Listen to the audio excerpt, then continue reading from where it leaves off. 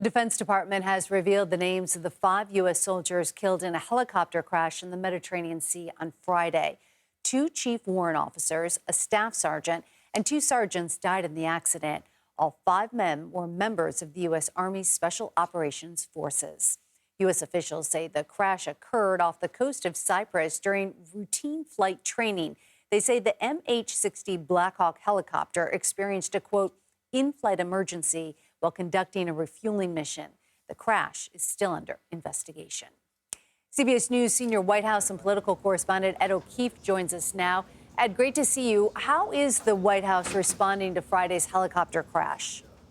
Meg, good to see you. The president over the weekend putting out a statement just acknowledging their deaths, also calling it a training mission. But we should point out these are 5 military deaths related to the Israel-Hamas conflict because they were deployed to Cyprus to be there in the event of evacuation of Americans from Lebanon or Israel as the ongoing conflict unfolds. This, obviously comes at a time when there has been a buildup of U.S. forces there in the Mediterranean.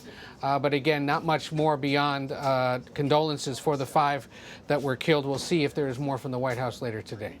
And then, Ed, there's the ongoing struggle to rescue hostages. What is the White House doing to secure the hostages from Hamas in Gaza?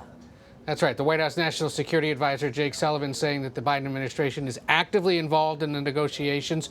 Brett McGurk, who is the president's top advisor for Middle Eastern affairs, is headed to the region this week. He's going to Israel and other countries as the U.S. and Qatar and Israel and other entities continue negotiating for the release potentially of about 240 hostages. The most notable development is perhaps the revelation over the weekend that a 3-year-old whose parents were killed by Hamas in that early October attack, is among those being held hostage. But the White House continues to monitor the situation closely, as it has since the beginning. Part of the reason why the president, the Secretary of State, other officials continue calling for those humanitarian pauses so that aid can get in and so possibly more hostages can be released. Such a desperate situation. Meanwhile, I want to get your take on President Biden's meeting with Chinese President Xi Jinping on the sidelines of the APEC summit on Wednesday. What can we expect from these talks? Big talks. These 2 leaders haven't spoken in about a year, roughly a year. They were supposed to earlier this year, or there was at least an attempt to keep the conversation going, but it was sidelined by that spy balloon, you'll remember, that was shot down over the skies of the Carolinas after traversing the entire continental United States. The meeting on Wednesday, coming at the Asia-Pacific Economic Conference outside San Francisco.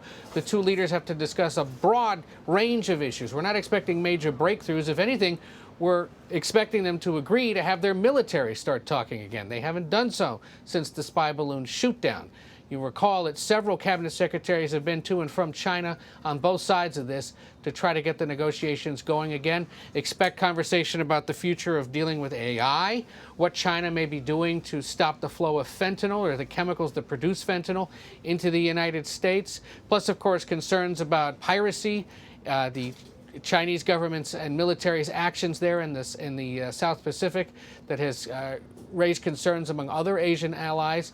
And then, of course, China is seeking assurances that the United States doesn't plan to, as they call it, decouple the U.S. economy from China. The president has said repeatedly that is not the plan, that the 2 powers must be able to coexist, but should keep talking to ensure there aren't future conflicts. Meg? All right, a lot on the agenda. Ed O'Keefe in front of a very sunny White House for us today. Thank you.